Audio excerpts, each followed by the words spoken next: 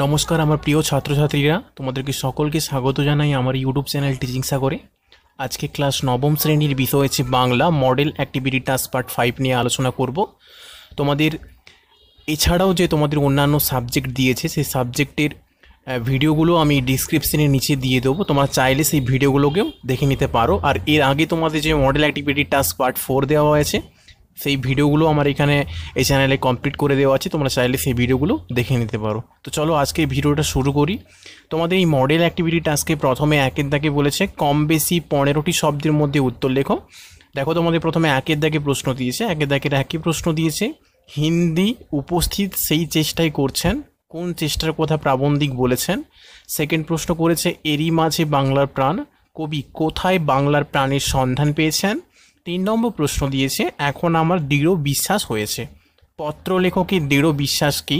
4 নম্বর প্রশ্ন দিয়েছে যা গিয়ে ওই উঠোনে তোর দাঁড়া, সেখানে গিয়ে দাঁড়ালে কোন দৃশ্য দেখা যাবে। আর 5 নম্বর প্রশ্ন করেছে তোমার বাড়ি কোথায়, রাধারানী এই প্রশ্নের উত্তরে কি বলেছিল। সর্বপ্রথমে তোমাদের আমি একের দাগের প্রশ্নের উত্তরগুলো বলে দিচ্ছি, ঠিক আছে? তোমরা এই খাতায় অ্যান্সারগুলোকে ভালো করে লিখে নেবে, ঠিক আছে? তো চলো উত্তরগুলো দেখে নিয়ে যাও। আচ্ছা, তোমাদের ফার্স্ট প্রশ্ন যেটা করেছিল একের দাগে, প্রথম প্রশ্ন করেছিল হিন্দি উপস্থিত সেই চেষ্টাই করেছেন, কোন চেষ্টার কথা প্রাবন্ধিক বলেছেন।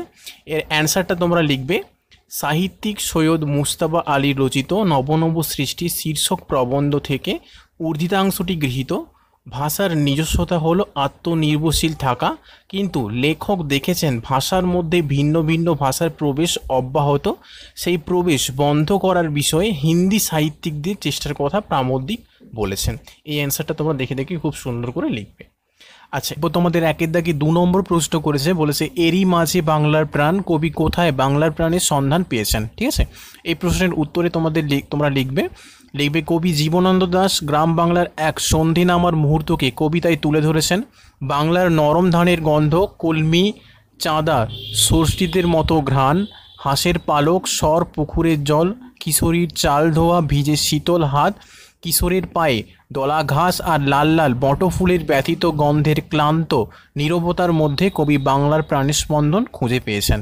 ঠিক আছে, এই প্রশ্নের উত্তরটা তোমরা এতটা পর্যন্ত লিখবে। ঠিক আছে, এরপরে তোমাদের যে নেক্সট প্রশ্ন করেছে একের দাগে 3 নম্বর, বলেছে এখন আমার দৃঢ় বিশ্বাস হয়েছে, পত্র লেখকের দৃঢ় বিশ্বাসটি কি। এই প্রশ্নের উত্তরটা তোমরা লিখবে স্বামী বিবেকানন্দের দৃঢ় বিশ্বাস হয়েছে যে ভারতের কাজে মিস নোবেল এর একটা বিরাট ভবিষ্যৎ রয়েছে। ঠিক আছে, এটা তার কি দৃঢ় বিশ্বাস ছিল। এই প্রশ্নের উত্তরটা এটা লিখবে।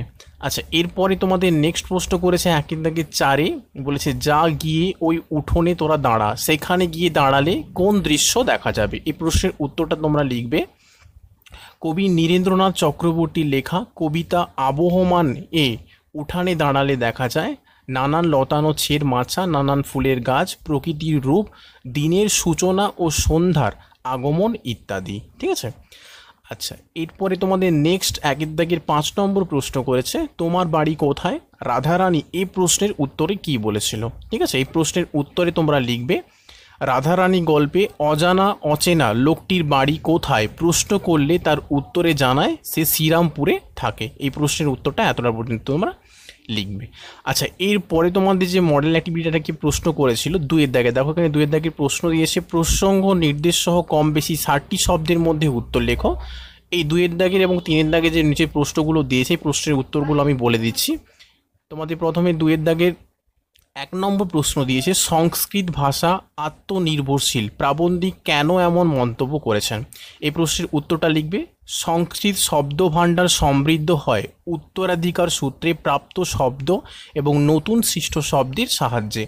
নতুন শব্দ সৃষ্টির জন্য সংস্কৃত প্রথম ধার করার কথা না ভেবে আপন ভাণ্ডারে অনুসন্ধান চালায়, সেখানকার কোনো ধাতু বা শব্দের অদল বদল ঘটিয়ে কিংবা পুরনো ধাতু দিয়ে নতুন শব্দটি বানিয়ে নেওয়া যায় কিনা খুঁজে দেখো, তাই সেভাবে অন্য ভাষার উপর নির্ভরশীল নয় বলে লেখক সংস্কৃত ভাষাকে আত্মনির্ভরশীল বলে মনে করেছেন। এই প্রশ্নে এতটা পর্যন্ত তোমরা লিখবে। আচ্ছা, এরপর তোমাদের নেক্সট প্রশ্ন করেছে 2-এর দাগে 2 নম্বর প্রশ্ন, বলেছে পৃথিবীর কোনো পথ এ কন্যারে দেখে নিকো, কোন কন্যার কথা এক্ষেত্রে বলা হয়েছে। এই প্রশ্নের উত্তরটা তোমরা লিখবে আকাশে সাতটি তারা কবিতায় কবি ঘাসের ওপর বসে পল্লী বাংলার দিন ও রাত্রির সন্ধিকণে সন্ধ্যাকে নিবিড়ভাবে উপলব্ধি করেছেন।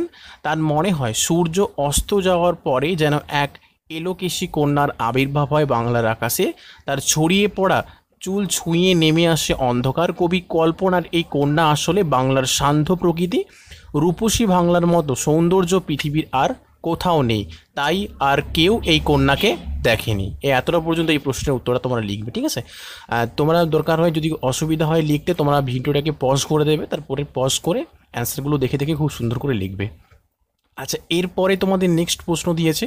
নেক্সট প্রশ্ন করেছে 2-3 নম্বর, মরদ কি বাত কা দাঁত, স্বামী বিবেকানন্দ কেন এই প্রবাদটি ব্যবহার করেছেন? এই প্রশ্নের উত্তরটা লিখবে। স্বামী বিবেকানন্দ চিঠি রচনায় উল্লেখিত প্রবাদটির আক্ষরিক অর্থ হলো মরদ অর্থাৎ পুরুষের কথা হাতির দাঁতের মতো। হাতির দাঁত যেমন একবার বেরোলে আর ঢোকে না, ঠিক সেই রকম মরদ অর্থাৎ পুরুষের কথা হাতির দাঁতের মতো। প্রকৃত পুরুষও একবার যে প্রতিজ্ঞা করেন তার নড়চড় হয় না। বিবেকানন্দ নোবেলের ভারতে আগমনের আগে এদেশে এলে তাকে কী কী প্রতিকূলতার মুখোমুখি হতে হবে তা জানিয়ে দিয়েছেন এবং তারপর বলেছেন যে কাজের ক্ষেত্রে মাঝপথে যদি ব্যর্থতা আসে বা কাজে বিরক্তি, তবু আমৃত্যু মিস নোবেল বিবেকানন্দকে পাশে পাবেন। নিজের প্রতিজ্ঞতার দৃঢ়তাকে বোঝাতে গিয়ে স্বামীজি আলোচ্য মন্তব্যটি করেছেন। এই পর্যন্ত তোমরা অ্যান্সারটা লিখবে। আচ্ছা, এরপরে তোমাদের নেক্সট প্রশ্ন করেছে 2-4 নম্বর, বলেছে ফুরোয় না সেই একগুয়েটার দুরন্ত পিপাসা, কোন পিপাসাকে কেন দুরন্ত বলা হয়েছে?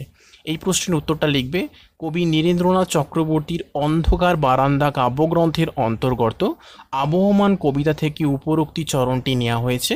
আলোচ্য কবিতায় পিপাসা বলতে সেই সব প্রবাসী বাঙালিকে বোঝানো হয়েছে যারা ছায়া সুনিবিড় শান্তির নীড় এই বাংলার প্রকৃতি ও গ্রাম জীবনের অনাবিল সৌন্দর্য উপভোগের নেশায় বারে বারে ফিরে আসে। জন্মভূমি ছেড়ে যাকে চলে যেতে হয়েছে বিদেশে, সেই মাতৃভূমির প্রতি নারীর টানে অনুভব করে অনবরত, ঠিক আছে? তাই পিপাসাকে দুরন্ত বলা হয়েছে। এতটা পর্যন্ত তোমরা দেখে দেখে অ্যান্সারটা করবে। আচ্ছা, এরপরে তোমাদের নেক্সট প্রশ্ন করেছে 3-এর দাগে বলেছে নিজের প্রশ্নগুলি উত্তর নিজের ভাষায় লেখো, কম বেশি 150টি শব্দে। তোমাদের ফার্স্ট প্রশ্ন করেছে বাঙালি চরিত্র বিদ্রোহ বিদ্যমান নব সৃষ্টি প্রবন্ধে প্রাবন্ধিক কীভাবে সেই বিদ্রোহের পরিচয় দিয়েছেন? এই উত্তরটা লিখবে তোমরা। নব সৃষ্টি রচনাটিতে লেখক সৈয়দ মুস্তাফা আলী বাংলা সাহিত্যের ভাষায় কথা বলেছেন। সেই ভাষা প্রসঙ্গে আলোচনায় বাঙালি চরিত্রের বিশেষ বাঙালি বৈশিষ্ট্যের দিকটি তিনি উল্লেখ করেছেন।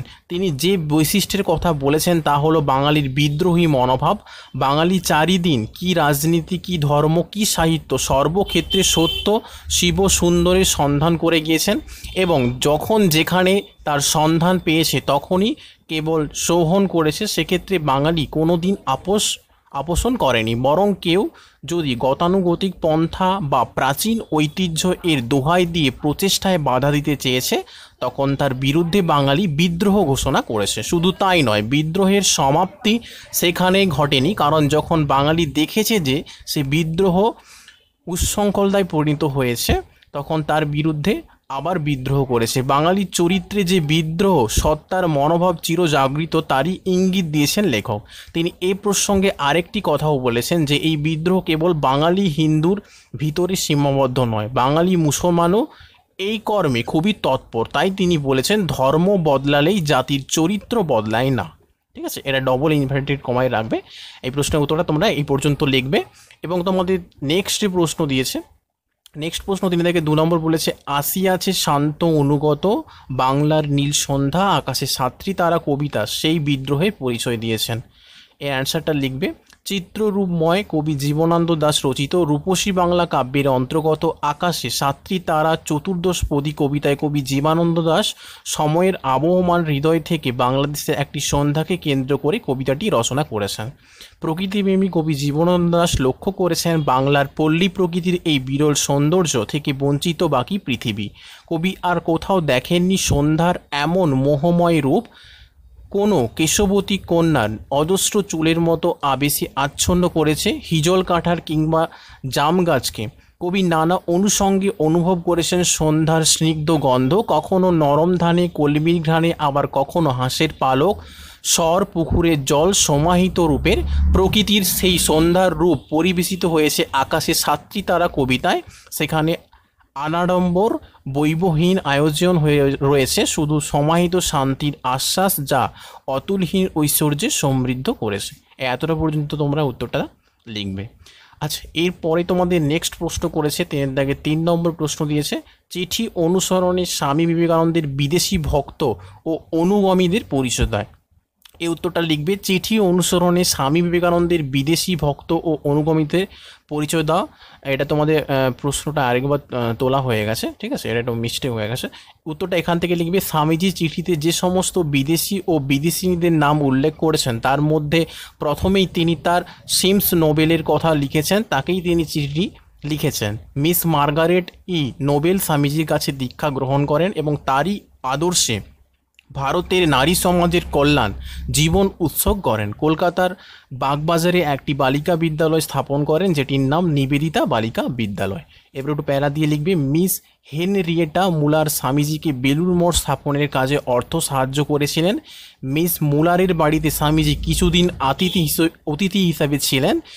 মিস মুলার আজন্ম নেত্রী মনোভাবাপন্ন। স্বামীজি বলেছেন যে তার কিছুটা রুক্ষ মেজাজ ও অস্থিরত্ব চিত্ত রয়েছে, তবে তিনি আবার সহৃদয় ও অমায়িক। এরপরে তোমাদের লিখবে, নেক্সট একটু প্যারা করে লিখবে, মিসেস সেভিয়ার সম্পর্কে স্বামীজির খুব প্রশংসা করেছেন। তিনি বলেছেন মিসেস সেভিয়ার খুবই স্নেহময়ী। তার স্বামী ক্যাপ্টেন J.H. সেভিয়ার। এই সেভিয়ার দম্পতি একমাত্র ইংরেজ যারা দেশীয়দের ঘৃণা করেন না, তবে এদের কোনো নির্দিষ্ট কার্যপ্রণালী নেই, ঠিক আছে। আচ্ছা, এরপরে তোমরা আরেকটু প্যারা করে লিখবে, স্বামীজির দুজন বন্ধু হলেন মিস ম্যাকালাউড ও বোস্টনের মিসেস বুল, তারা খুবই উপকারী। স্বামীজির দুজন বন্ধু হলেন মিস, আচ্ছা এটা একটু মিস্টেক হয়ে গেছে, এখানে একটু দুবার হয়ে গেছে, তোমরা এই লাইনটা একটু কেটে দেবে, একবারই লিখবে তারা খুব উপকারী, স্বামীজিকে নানান কাজে সাহায্য করেছেন। ম্যাকালাউড আর মিসেস বুল বেলুড় মঠ স্থাপনে অনেক অর্থ সাহায্য করেছেন। এতটা পর্যন্ত তোমার অ্যান্সারটা লিখবে, ঠিক আছে। আচ্ছা, এখানটা একটু বারবার বলছি, এখানে একটু বারবার দুবার চলে এসেছে, ঠিক আছে। আচ্ছা, এরপরে তোমাদের নেক্সট প্রশ্ন করেছে 3-4 প্রশ্ন করেছে, নোটে গাছটা বুড়িয়ে ওঠে কিন্তু মুড়ায় না, পঙ্কোক্তিটির তাৎপর্য বিশ্লেষণ করো। এই প্রশ্নের উত্তরটা লিখবে, ঊর্ধ্বিতাংশটি নীরেন্দ্রনাথ চক্রবর্তীর আবহমান কবিতার অংশবিশেষ। এই কাহিনীর গল্প শেষে হাওয়ার সঙ্গে সঙ্গে নোটে গাছটি মুড়িয়ে যায়, তবে কবিতায় নোটে গাছটি মুড়ে যায় না কিন্তু বুড়িয়ে যায়, অর্থাৎ একটা চিরন্তন প্রবাহমানতার কথা এখানে ফুটে উঠেছে। কালের নিয়মে মানুষ শৈশব থেকে বার্ধক্যে উপনীত হলেও তার প্রকৃতি লালিত আজন্ম চেনা উঠান, লাউ মাচা কন্দফুল, সাধ্য নদীর হাওয়ার পরিপূর্ণ মাতৃভূমির স্বরূপ কখনো স্মৃতিপট থেকে মুছে যায় না। তাই ব্যক্তির বার্ধক্য যে শৈশব স্মৃতিকে নষ্ট করতে পারে না তা বোঝাতেই এমন উক্তি। এতটা পর্যন্ত তোমরা অ্যান্সারটা করবে, ঠিক আছে। আচ্ছা, এরপরে তোমাদের যে নেক্সট প্রশ্ন দিয়েছে, এরপর তোমাদের 3-5 নম্বর প্রশ্ন করেছে। 3-5 নম্বর প্রশ্ন করেছে, তাহারা দরিদ্র কিন্তু লোভী নহে, কাদের কথা বলা হয়েছে? পাঠ্যাংশ অনুসরণে তাদের দরিদ্র এবং নির্ভলতার প্রসঙ্গ আলোচনা করো, ঠিক আছে। এই প্রশ্নের উত্তরে তোমরা লিখবে, আলোচ্য উদ্ধৃতিটি সাহিত্য সম্রাট বঙ্কিমচন্দ্র চট্টোপাধ্যায় রচিত রাধারানী উপন্যাসের অন্তর্গত প্রথম পরিচ্ছদ থেকে গৃহীত। এখানে রাধারানীর কথা বলা হয়েছে। এবং তারপরে একটু প্যারা দিয়ে লিখবে, পিতার আকস্মিক মৃত্যুতে সহায় সম্বলহীনা রাধারানী ও তার মা সম্পত্তি সংক্রান্ত মামলায় পরাজিত ও সর্বশান্ত হয়ে ভিটেমাটি ছেড়ে এক নিতান্ত কুটিরে নিদারুণ দারিদ্র্যে দিনযাপন করতে থাকে। রথের পূর্বে রাধারানীর মা গুরুতর পীড়িতা হলে তার প্রত্যের সন্ধানে রাধারানী বনফুলের মালা ঘেঁথে মাহেশের রথের হাটে বিক্রয় করতে যায়, কিন্তু প্রবল ঝড় বৃষ্টিতে হাট ভেঙে যায়। বিক্রয়ে ব্যর্থ মনোরথ হয়ে রাধারানী যখন অশ্রু সজল চোখে বাড়ির দিকে অগ্রসর হয়, তখন তার সঙ্গে সাক্ষাৎ ঘটে এক অচেনা সেই অগান্তুক রাধারানীর সঙ্গে কথোপকথনকালে তার অসহায়তার কথা জেনে মালা কেনার আগ্রহ প্রকাশ করে। এবং তারপর একটু প্যারা দিয়ে লিখবে, রাধারানী দ্বিধাগ্রস্ত হয় উপকারী সেই ব্যক্তির কাছ থেকে দাম গ্রহণে। শুধু তাই নয়, সেই ব্যক্তি দয়াপরবশ হয়ে মালার নির্ধারিত মূল্যের অতিরিক্ত অর্থ প্রদান করেন। রাধারানীর জন্য শাড়ি কিনে পাঠান, এমনকি একটা নোটও ফেলে যান তাদের বাড়িতে, কিন্তু ফেলে যাওয়া নোটটি তারা ভাঙায় না। অর্থের প্রয়োজন তাদের ছিল ঠিকই, কিন্তু প্রয়োজনের অতিরিক্ত নয়। তারা বর্তমানে দরিদ্র অসহায় বলে রুক্মিণী কুমার দান গ্রহণ করেছেন, আর সেই দানে তাদের সমস্যার সমাধানও হয়েছে। অতিরিক্ত অর্থের প্রতি তাদের কোনো লোভ ছিল না বলে সেই টাকা ফেরত দেওয়ার জন্য তারা সন্ধান করেছিল। ঠিক আছে, বা এখানে লিখবে তারা চেষ্টাও করেছিল। পূর্ণচ্ছেদ। এতটা পর্যন্ত তোমরা এই প্রশ্নের উত্তরটা লিখবে। বন্ধুরা, তোমাদের এই ছিল মডেল অ্যাক্টিভিটি টাস্ক পার্ট 5-এর অ্যান্সার, যে অ্যান্সারগুলোকে আমি খুব সুন্দরভাবে আলোচনা করে দিলাম। ঠিক আছে, যদি কোথাও ভুল ত্রুটি হয়ে থাকে তো অবশ্যই তোমরা ক্ষমা করে দেবে। আর যদি ভিডিওটা ভালো লেগে থাকে অবশ্যই চ্যানেলটিকে সাবস্ক্রাইব করো তোমরা।